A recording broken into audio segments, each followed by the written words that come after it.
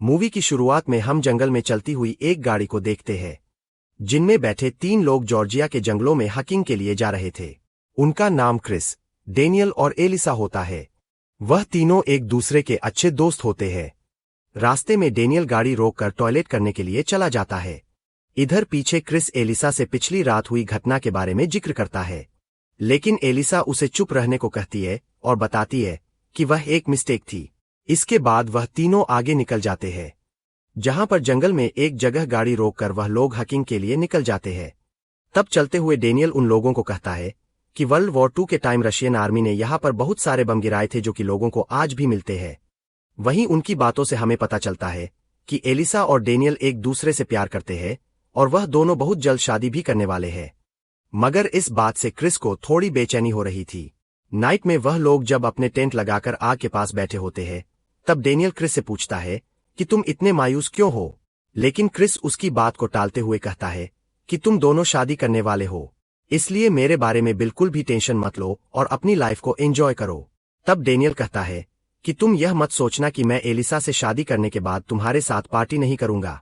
हम दोनों बचपन से ही साथ थे और आगे भी ऐसे ही साथ में रहेंगे। अब यह सुनकर वह तीनों काफी खुश होते हैं। इसके बाद एलिसा और डेनियल अपने टेंट में सोने के लिए चले जाते हैं और क्रिस भी आग बुझाकर अपने टेंट में चला जाता है। नेक्स्ट मॉर्निंग जब वह जागता है तो वह देखता है कि एक अनजान आदमी उनके सामान के साथ छेड़छाड़ कर रहा है। क्रिस धीरे से उसके पीछे जाता है और उसे पीटने लगता है। तब वह आदमी क्रिस को कहता है कि मैं डेनियल का फ्रेंड हूं, लेकिन क्रिस उसे नहीं जानता था। तभी वहां पर डेनियल और एलिसा आ जाते हैं और वह लोग क्रिस को रुकने के लिए कहते हैं। तब क्रिस डेवी से सॉरी कहता है और वह दोनों एक दूसरे से अपना परिचय करते हैं। डेनियल क्रिस से कहता है कि मैंने इसे यहाँ पर अपने फोटोज क्लिक करने के लिए बुलाया है। अब इसके बाद डेवी सभी को कुछ झाड़ियों के सामने खड़ा होने के लिए कहता है ताकि वह उन तीनों का एक साथ फोटो ले सके, और वह तीनों उसकी गाइड को फॉलो करते हुए वहां पर खड़े हो जाते हैं। लेकिन तभी कैमरामैन देखता है कि क्रिस के पैरों के नीचे कुछ है, इसलिए वह सभी को हिलने से मना करता है और क्रिस को कहता है कि तुम बिल्कुल भी मत हिलना क्योंकि तुम्हारे पैर के नीचे बम है। अब यह सुनकर डेनियल वहां पर चेक करता है तो उसे पता चलता है कि वह एक लैंडमाइन है और अगर क्रिस ने अपना थोड़ा सा भी पैर इधर उधर किया या हटाया तो यह ब्लास्ट हो जाएगा। अब यह देखकर वह तीनों काफी ज्यादा डर जाते हैं। तभी डेवी सभी को शांत रहने के लिए कहता है और कहता है कि हम इसके बारे में जल्दी कुछ सोचते हैं। हमें मदद बुलानी होगी और इन सब में हमें 4 से 5 घंटे लग सकते हैं, इसलिए सुरक्षा के लिए किसी को भी क्रिस के आसपास नहीं रहना चाहिए। मगर डेनियल उसे हेल्प के लिए भेज देता है और खुद क्रिस के पास ही खड़ा रहता है। इधर एलिसा भी इन सब से काफी डर जाती है और डेनियल को वहां से दूर चलने के लिए कहती है, मगर वह कहता है कि जब तक कोई भी मदद नहीं आ जाती क्रिस के पास ही खड़ा रहूंगा। मैं उसे इस कंडीशन में अकेला नहीं छोड़ सकता। क्रिस भी उसे वहां से चले जाने के लिए कहता है, लेकिन वह उसकी बात को नहीं मानता है और एलिसा को डांट कर वहां से दूर भेज देता है। इसके बाद वह एलिसा के पास जाता है। तभी उसके फोन में सिग्नल आ जाता है और जब वह हेल्प के लिए कॉल करता है तो उसका कॉल कनेक्ट भी हो जाता है। अब यह देखकर एलिसा बहुत ही ज्यादा खुश होती है और डेनियल हेल्प के लिए उन लोगों को किसी बम एक्सपर्ट को भेजने के लिए कहता है। मगर तभी वह एलिसा को बताता है कि वह लोग तुम्हारी वजह से हमारी हेल्प करने से मना कर रहे हैं। एलिसा उसकी बात को समझ नहीं पाती है। तभी वह कहता है कि पुलिस कह रही है कि हम लोग प्रोस्टिट्यूट की हेल्प नहीं करते। अब यह कहकर डेनियल वापस क्रिस के पास चला जाता है। एलिसा उसे समझाने की कोशिश करती है कि मैं शादी से पहले सब कुछ बताने वाली थी, इसलिए प्लीज मुझे माफ कर दो और हेल्प के लिए पुलिस को कॉल करो। लेकिन डेनियल कहता है कि यहाँ पर मोबाइल में कोई भी सिग्नल नहीं है। यहाँ पर हमें अभी तक कुछ भी समझ नहीं आता है कि आखिर वो लोग किस चीज के लिए झगड़ रहे हैं। लेकिन तभी हमें पता चलता है कि गाड़ी में क्रिस एलिसा से जिस घटना के बारे में बात करने की कोशिश कर रहा था वो डेनियल को पता चल जाती है। दरअसल क्रिस भी एलिसा से प्यार करता है और इसी वजह से वह दोनों एक बार साथ हो जाते हैं। एलिसा इसे एक गलती समझकर इग्नोर कर देती है, मगर क्रिस अभी भी उसे अपना प्यार समझ रहा था। और जब इसके बारे में डेनियल को पता चलता है तो वह उन दोनों से रिवेंज लेने के लिए यह ट्रिप प्लान करता है और यहाँ पर लगी माइंस भी उसी ने लगाई है ताकि वह उन दोनों को यहाँ पर फंसा सके, और डेवी भी उसी के साथ मिला हुआ होता है। अब डेनियल वहां पर छिपे हुए एक स्पेड को लाता है और उसे एलिसा को देखकर कहता है कि अब तुम्हें क्रिस के बचने की आखिरी उम्मीद हो, इसलिए यहाँ पर एक गड्ढा खोदकर उसे बचा सकती हो। अब इसके बाद डेनियल लैंडमाइन की फिन निकालकर उसे जंगल में फेंक देता है और अपना सामान लेकर वहां से जाने लगता है। एलिसा उसे रोकने की कोशिश करती है, मगर वह उसकी बात को नहीं मानता है और वहां से चला जाता है। आगे डे भी उसका इंतजार कर रहा होता है, और जब डेनियल आ जाता है तो वह दोनों वहां से चले जाते हैं। वहीं पीछे एलिसा जंगल में जाकर उस माइन की पिन को ढूंढ लेती है और वापस लेकर उसे लगाने की कोशिश करती है, मगर वह पिन नहीं लगा पाती है। क्रिश को शांत करने के लिए उसे झूठ बोलकर कह देती है कि उसने पिन को लगा दिया है, मगर क्रिश को पैर हटाने से मना करती है और कहती है कि अभी हम पूरी तरह से पिन पर भरोसा नहीं कर सकते हैं, इसलिए पहले यहाँ पर एक गड्ढा बना देती हूँ। जिसके बाद वो वहां पर खोदने लगती है। उसी वक्त वहां पर एक शिकारी अपने कुत्ते के साथ आता है, जो एलिसा और क्रिस को देख लेता है। उसका कुत्ता एलिसा पर अटैक करने लगता है, मगर वह उसे रोक लेता है। इसके बाद वह उन दोनों पर गन तान देता है। एलिसा उसे समझाने की कोशिश करती है कि मेरे फ्रेंड का पैर एक माइन पर है। दरअसल हम लोग यहाँ पर हैकिंग करने के लिए आए हुए थे, मगर अब हम यहाँ पर फंस चुके हैं। लेकिन शिकारी उल्टा यह सोचता है कि यह लोग किसी को मारकर यहाँ पर दफनाने की कोशिश कर रहे हैं। मगर जब एलिसा हेल्प मांगती है तो उसे भी यकीन होने लगता है कि यह लोग सच में मुसीबत में है। अब एलिसा उसे कहती है कि क्या तुम यहाँ पर एक गड्ढा खोदने में मेरी मदद कर सकते हो। जिसके बाद वह शिकारी तैयार हो जाता है। उस शिकारी का नाम इलिया होता है। अब वह एलिसा से पूछता है कि तुम लोग यहाँ पर कैसे फंसे।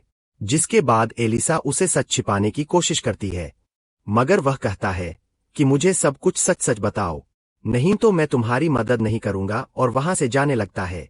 मगर तभी एलिसा कहती है कि मैं और क्रिश एक साथ सो गए थे, इसलिए मेरे हस्बैंड ने हमसे बदला लेने के लिए यह सब प्लान किया। इसके बाद एलिया कहता है कि तुम लोगों की हेल्प करने पर मुझे क्या मिलेगा। तब एलिसा कहती है कि इसके बदले में तुम मेरा पूरा सामान ले सकते हो। अब यह सुनकर वह काफी खुश होता है और भागते हुए उसका बैग चेक करता है, जिसमें उसे एक पेंटी मिलती है। उसे देखकर वह एलिसा से कहता है कि मुझे तुम्हारी पहनी हुई पेंट चाहिए, और यह कहकर एलिसा के साथ वह जबरदस्ती करने लगता है। लेकिन तभी क्रिस उसे रुकने को कहता है और उसे अपने पास पड़े $300 देने का वादा करता है। मगर वह कहता है कि मुझे कोई पैसे नहीं चाहिए। अगर तुम वह चीज मुझे नहीं दोगी जो मुझे चाहिए, तब तक मैं यहाँ से नहीं जाऊंगा। जिसके बाद मजबूरीन एलिसा वह चीज देने के लिए तैयार हो जाती है, और जब वह उसे निकालने के लिए जाने लगती है तब वह उसे रोकता है और कहता है कि यह तुम्हें यहीं पर उतार कर देनी होगी। एलिसा के पास हेल्प पाने का एक ही रास्ता होता है, इसलिए वह इन सब के लिए राजी हो जाती है। अब इसके बाद एलिया उसकी हेल्प करने के लिए एक गड्ढा खोदने लगता है। लेकिन तभी उसके बैग में उसे एक रेडियो की आवाज आती है, जो कि रेडियो फोन होता है। अब यह देखकर एलिसा उसे वह फोन यूज करने के लिए रिक्वेस्ट करती है, ताकि वह हेल्प के लिए किसी को यहाँ पर बुला सके। लेकिन इस बार भी वह शिकारी कहता है कि तुम्हें फोन देने पर मुझे क्या मिलेगा। एलिसा उससे बहुत ही ज्यादा रिक्वेस्ट करती है, मगर तब वह उसकी पेंटी को दूर फेंकता है और कहता है कि तुम्हें वह मेरे पास एक कुत्ते की तरह मुंह में पकड़ कर लानी होगी। अब यह सुनकर एलिसा उसे मना कर देती है और वापस गड्ढा खोदने लगती है। लेकिन मजबूरन उसे उसकी यह बात मानी ही पड़ती है, और वह ऐसा ही करती है। जिसके बाद एलिया उसे वह रेडियो यूज करने के लिए दे देता है। एलिसा इमरजेंसी नंबर पर कॉल करती है, लेकिन सामने के ऑफिसर को इंग्लिश लैंग्वेज नहीं आ रही थी, इसलिए वह उसे कुछ भी समझ नहीं पा रहा था। तब वह एली से रिक्वेस्ट करती है कि जॉर्जिया लैंग्वेज में उनके लिए हेल्प बुलाने को कहो। लेकिन वह शिखर कहता है कि मैं हेल्प बुला लूंगा, लेकिन पहले उसके लिए तुम्हें अनड्रेस होना होगा। अब यह सुनकर एलिसा उसे वहां से चले जाने के लिए कहती है, मगर अब रेडियो पर वो ऑफिसर बार बार जवाब मांग रहा था, इसलिए एलिया एलिसा को उसे जवाब देने के लिए कहता है कि हम लोग बिल्कुल ठीक है। अगर वह ऐसा नहीं करेगी तो एलिया पर पुलिस केस लग सकता है, इसलिए एलिया उसे ऐसा कहने को मजबूर करता है। मगर एलिसा को जॉर्जिया लैंग्वेज नहीं आती थी, इसलिए एलिया कहता है कि मैं तुम्हारे लिए ट्रांसलेट कर सकता हूं, मगर इसके लिए तुम्हें तब तक अपने कपड़े एक एक करके उतारते रहना होगा जब तक कि वो तुम्हारे जवाब से सेटिस्फाई ना हो जाए। एलिया उसे धमकाता है, इसलिए एलिसा को पहले जवाब देने के लिए अपना टॉप उतारना पड़ता है। इसके बाद ऑफिसर का कोई भी क्वेश्चन नहीं आता है, इसलिए डील के अकॉर्डिंग एलिया वहां से जाने लगता है। मगर तभी रेडियो पर फिर से ऑफिसर बोलता है, इसलिए एलिया भागते हुए वापस आता है। एलिसा इन सब से बहुत ही ज्यादा डर जाती है, इसलिए वह उसे वहां से चले जाने की रिक्वेस्ट करती है, मगर एलिया उसे गन पॉइंट पर ले लेता है। क्रिस उस शिकारी को अपनी बातों में बहकाकर एलिसा को वहां से भगा देता है, मगर वह शिकारी अपने कुत्ते के साथ उसके पीछे चला जाता है। पीछे क्रिश एक चैन की मदद से एलिया की गन को अपने पास ले लेता है। तब तक वह शिकारी भी एलिसा को लेकर वहां पर वापस आ जाता है। अब क्रिस उस पर गन पॉइंट करके उसे छोड़ देने के लिए कहता है, मगर वह उसे नहीं छोड़ता है, बल्कि उसके साथ जबरदस्ती करने लगता है। क्रिस उसे चाहकर भी शूट नहीं कर पाता है, क्योंकि उसका निशाना सटीक नहीं होता है। इसके बाद जैसे ही इलिया पर गोली चलाने वाला होता है कि उसी वक्त उसका डॉग क्रिस पर अटैक करके उसे गड्ढे में गिरा देता है, जिससे गोली चल जाती है और वह गोली एलिसा को लग जाती है। क्रिस को जब होश आता है तो उसे पता चलता है कि एलिसा मारी जा चुकी है और वह माइंड अंकली थी। अब इसके बाद हम कुछ महीनों के बाद का सीन देखते हैं, जहां पर हम क्रिश को देखते हैं जो एक फैमिली से कहता है कि टूरिस्टर हूं और यहां पर रास्ता भूल चुका हूं। वहां पर आसपास में कोई भी मैप की दुकान नहीं होती है, इसलिए वह लेडी और उसकी डॉटर उसे कहती है कि हम तुम्हें मैप प्रिंट करके दे सकते हैं। इसलिए क्रिश ऊपर चला जाता है। वहीं हमें उस वक्त पता चलता है कि वह फैमिली इलिया की है, जो उस वक्त बाहर काम पर गया था। मैप प्रिंट होने के बाद क्रिश वहां से जाने लगता है, मगर तभी वह लेडी उसे लंच ऑफर करती है, इसलिए क्रिश उनके साथ लंच करने के लिए बैठ जाता है। उसी वक्त वहां पर वह शिकारी आ जाता है, जो कि क्रिस को अपने घर में देखते ही हैरान रह जाता है। वो क्रिस को तुरंत वहां से बाहर निकलने के लिए कहता है।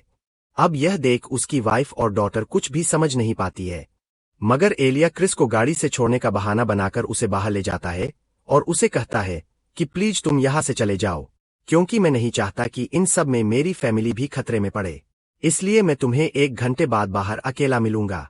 क्रिश उसकी बात मानकर वहां से चला जाता है, लेकिन थोड़ी देर बाद ही वह उसके कुत्ते को घायल करके उसका बहाना बनाकर वापस घर में घुस जाता है। अब यह देखकर इलिया उसे मारने के लिए अपनी गन लेने जाता है, मगर तभी क्रिस अपनी गन से उसके दोनों पैरों पर शूट कर देता है और बाद में उसकी वाइफ के हाथों को बांध देता है और एलिसा की पेंटी को दिखाकर कहता है कि अपनी फैमिली को सब कुछ बताओ कि मैं यहाँ पर क्यों आया हूँ। एलिया उसे कहता है कि जब वह नशे में होता है तो कुछ गलत काम कर देता है। एलिसा के साथ एलिया ने जिस तरह का सलूक किया था, ठीक उसी तरह क्रिस भी उसकी बेटी के साथ करता है। अब इसके बाद वह अपनी गन में सिर्फ एक रैंडम गोली रखता है और एलिया की डॉटर को अनट्रेस होने के लिए कहता है, अगर गोली चलने से पहले वह ऐसा करती है तो वह जिंदा बच जाएगी।